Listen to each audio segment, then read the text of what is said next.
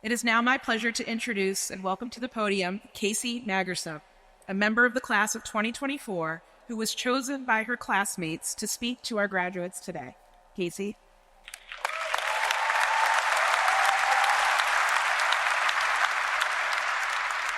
Thank you all. Before I begin my remarks today, I would like to take a moment to honor someone who has profoundly shaped our journey here today. Our esteemed class marshal for 2024, Professor Antonio Perez.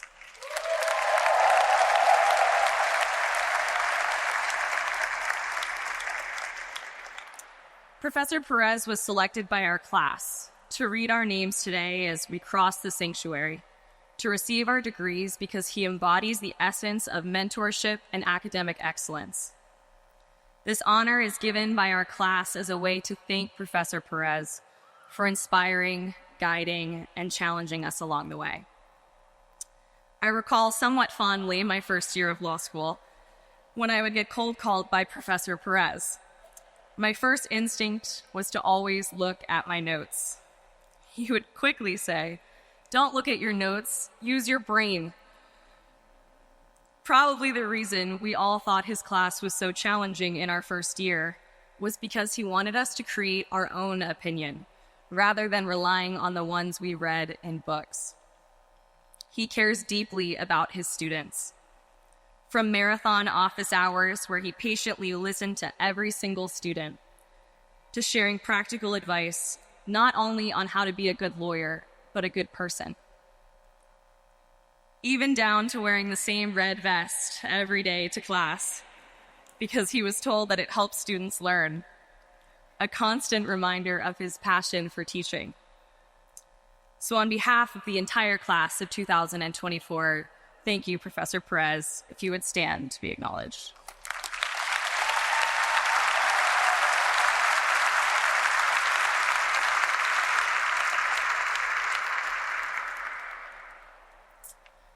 President Kilpatrick, Provost Dominguez, Dean Payne, Mr. Rasha, esteemed faculty and staff, family and friends, and most importantly, the members of the class of 2024.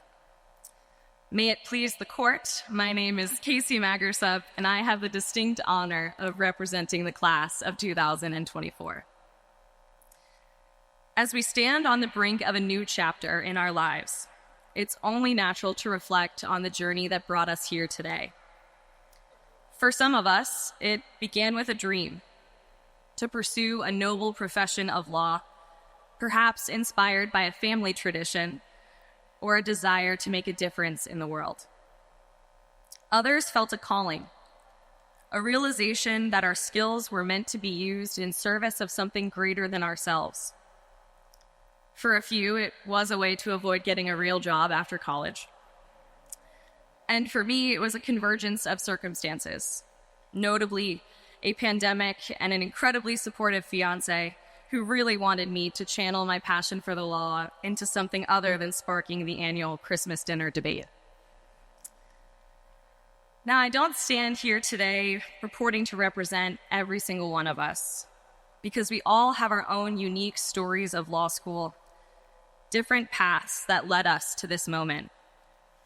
Our own way of saying we're living the dream when someone asks how law school is going. But I thought I would take a moment to share how I'm feeling today, and perhaps you might resonate with some of it too.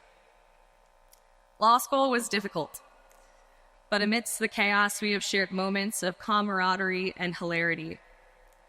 Like the time we realized the only thing louder than your name being cold called is the collective sigh of relief from your classmates realizing it wasn't their own. Or the late night study sessions that devolved into exhaustion-induced laughter.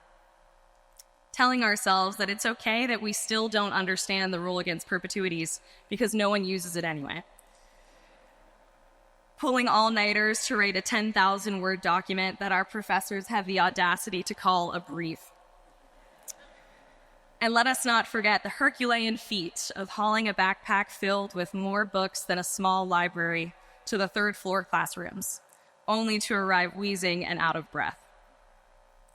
And I'm pretty sure we can all agree that no matter what university you attended for undergrad, nothing could have prepared you for the intellectual whirlwind we received via back-to-back classes with Professors Alicea and Perez our first year.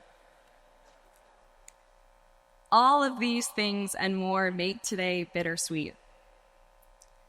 It's sweet because years of relentless hard work have finally come to fruition. It's sweet because the woman I am today looks very different than the wide-eyed, idealistic student who thought she could channel my cousin Vinny for 3 years and make it up as she went along. It's sweet because along the way, I've gained mentors I never expected to have and forged friendships I never knew I needed. But it's also bitter. Bitter because it has dawned on me that we may never again experience the last-minute exam cram with friends or the buzz of the courtyard in between classes. Bitter because those seemingly endless days of lecture now feel like a blur of caffeinated haze. Bitter because there is not an alumni team for Cardinal Classic. And bitter because standing here before you, I am acutely aware that for most of us, the bar exam looms large on the horizon. One thing I'm confident we can agree on about law school is that we read a lot. We read casebooks, supplements, treatises, codes, law review articles, and commentaries. And if you're me, you even read books on how to read books for law school. More importantly, in those books, we read a lot of words from jurists and theorists who, like us, once sat in these very seats, grappling with the same questions and uncertainties that we face here today. But if you take away one thing from your law school experience, let it be an understanding of the power we wield with our legal education. Take a moment to reflect on the profound influence that law graduates just like us have had on the world we live in today. Lawyers just like us argued for and wrote decisions like Dred Scott, or Plessy versus Ferguson, or Buck versus Bell.